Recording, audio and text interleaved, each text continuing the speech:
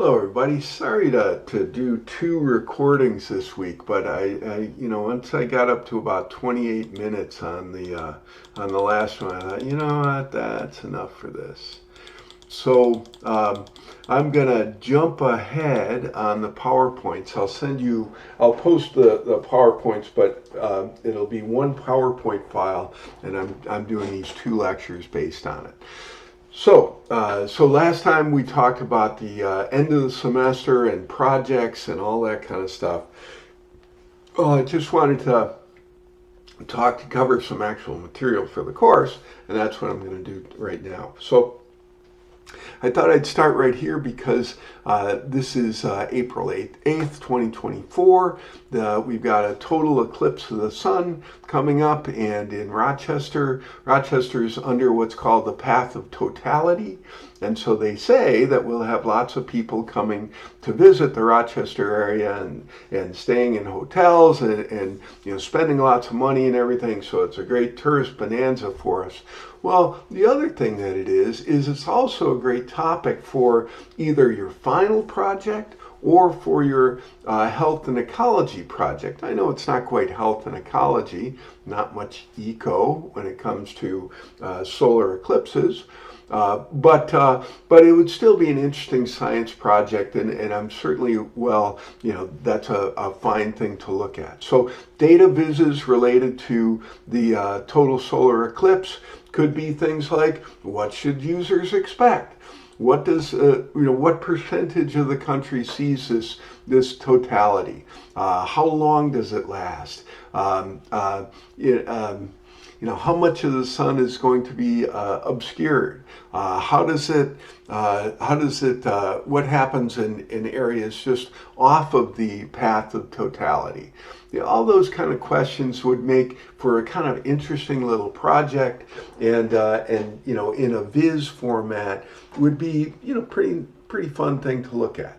Okay, so the question that we come up with is that if you're going to have a data story as your final project for the class, how do you tell a story? What does telling a story actually mean? Well, if you think about it from the perspective of a novel, how do you write a compelling novel? And kind of the main points of writing a novel is that you need to create an intriguing or a compelling character.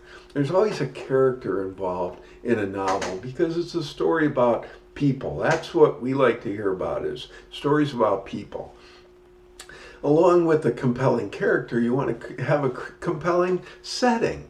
So that if you were talking about Sherlock Holmes, the character, was definitely a compelling character. He was, really neat. He had character flaws. He's a drug addict, and he would be, completely obnoxious to be around. But as a detective, he was very compelling. Well, the setting for Arthur Conan Doyle's character, Sherlock Holmes, was compelling also, in that it was done in Victorian England. And that's kind of a cool setting. And, we see all the shows about Victorian England, and it's, it's a compelling, it's not our time period, and there are interesting cultural things happening back then. And so it's a compelling setting. There's a powerful conflict. In Sherlock Holmes, we've got good versus evil. The evil murderer who used the speckled band, where they drop a poisonous snake into somebody's bed, and that's how they murder people.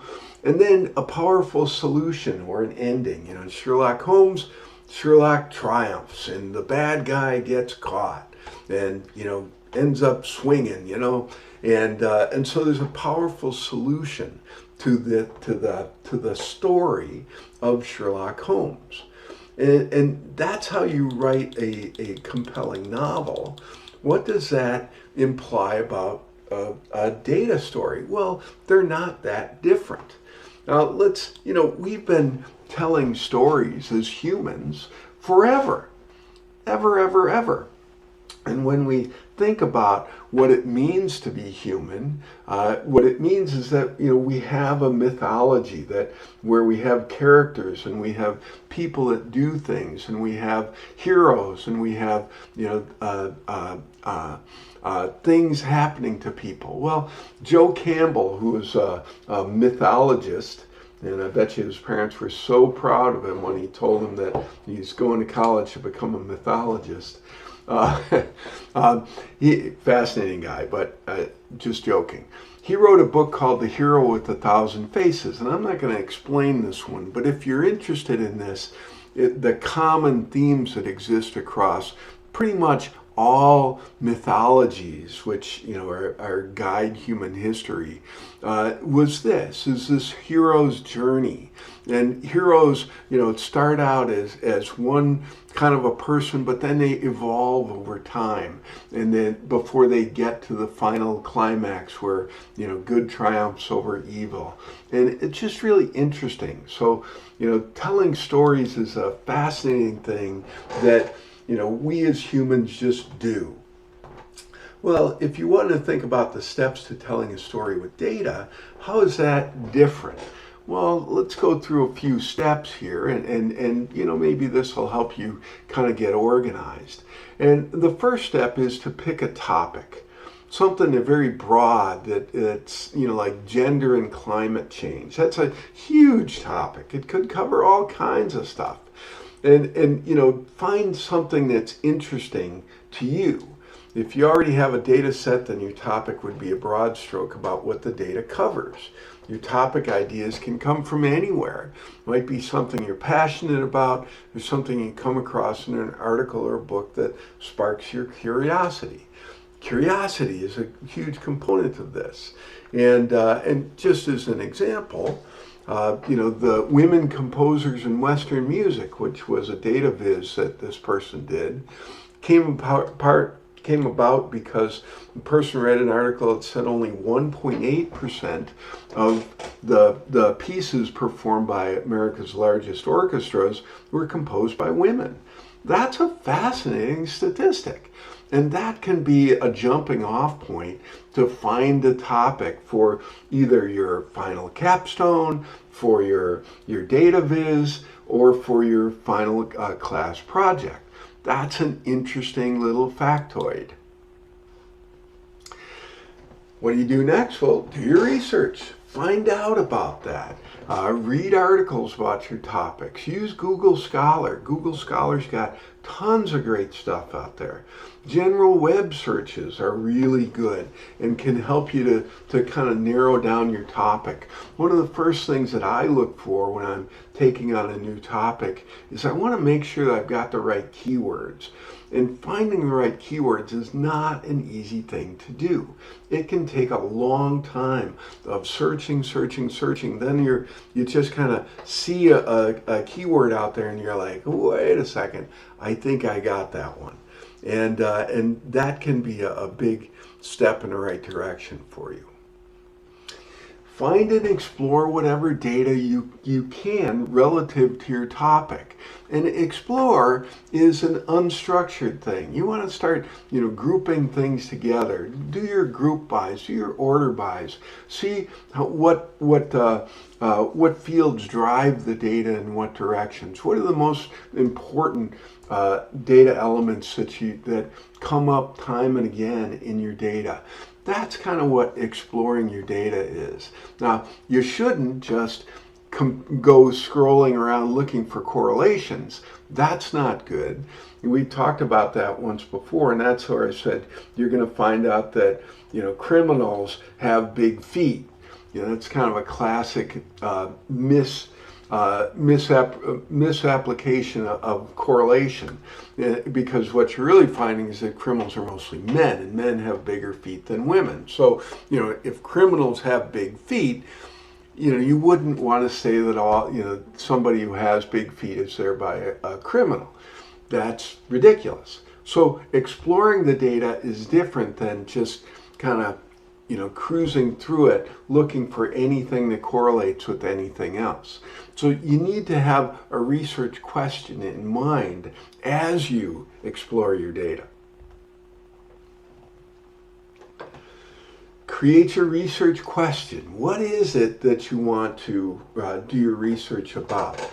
How can you take this broad question that you have and kind of narrow it down, focus it in a way that your question is actually answerable given the data that you have access to?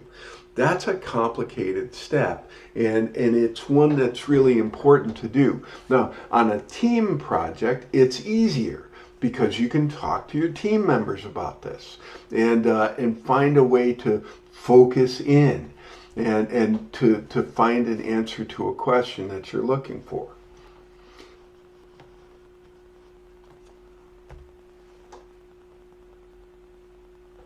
Then create your outline. Start to pull your story together to answer the research question.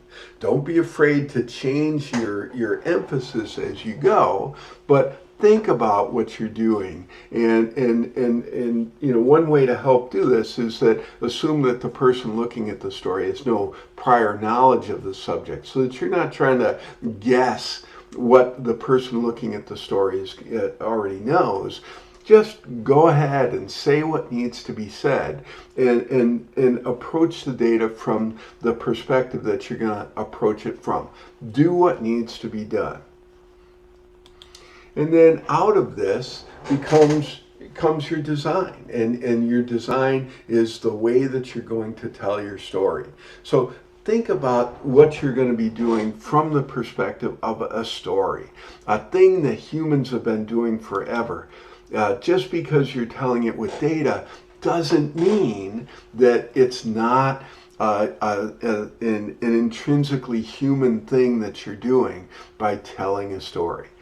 This storytelling process diagram kind of, points at a way to kind of think about the way things are related to each other and the different steps involved with the process. So you start out by exploring your data, making a story, and then telling your story.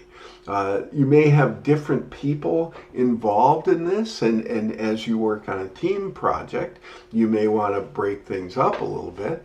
You may want to have the data analyst exploring and analyzing the data, a scripter that kind of makes the logical connections between the story pieces and the plot. You may want to have an editor who reviews the work of everybody previously to make sure that the story builds in the way that a story should. And then a presenter and an audience where you have the shared story and then the perceived story. And just a way to kind of organize things a little bit. Let me just show you. I wanted to show these to you yesterday and I couldn't find them. But now I know where they are. Come on, little feller. This is a really interesting data viz from a whole bunch of different perspectives. One, it's got a compelling story. Steroids are not. The pursuit is on, from the New York Times. And it was a historical comparison looking at the baseball players prior to the steroid era, and that's what they ended up calling it, and those afterwards. And you can't really see it that well, but that's okay. Here we've got Hank Aaron, who is an old-time baseball player who hit I don't know how many home runs. You guys know better than I do, but look at the way his career home run total went. And you would expect a young player to hit a whole bunch of home runs at the top of his game, probably early 20s or something like that. Come on, mouse. And yet he trails off as he gets older. That's what you would expect. Then you compare them to Barry Bonds, who was kind of Mr. Steroid, and his records in baseball usually have an asterisk next to them saying he was probably using performance enhancing drugs when he got these records. But look at how his builds up and then spikes later on in his career. Hello, that's not the normal way that humans perform.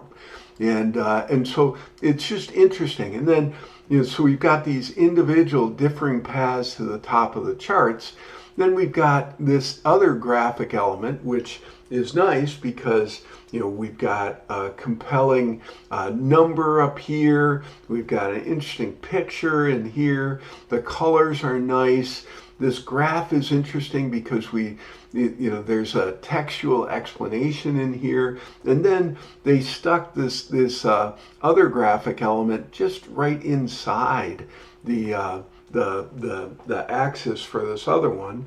Then we got another hitter over here and another side to the issue. It's well done. It's creative. Colors are nice. Topic is interesting. The different ways to look at the topic is a nice job. So anyhow, here's a nice data viz. I hope it helps. Dig around. You'll find lots of neat data vizes out there. So take care, everybody. Have a good week. I'll talk to you later. Oh, have a good spring break. And woo-hoo, party on the beach.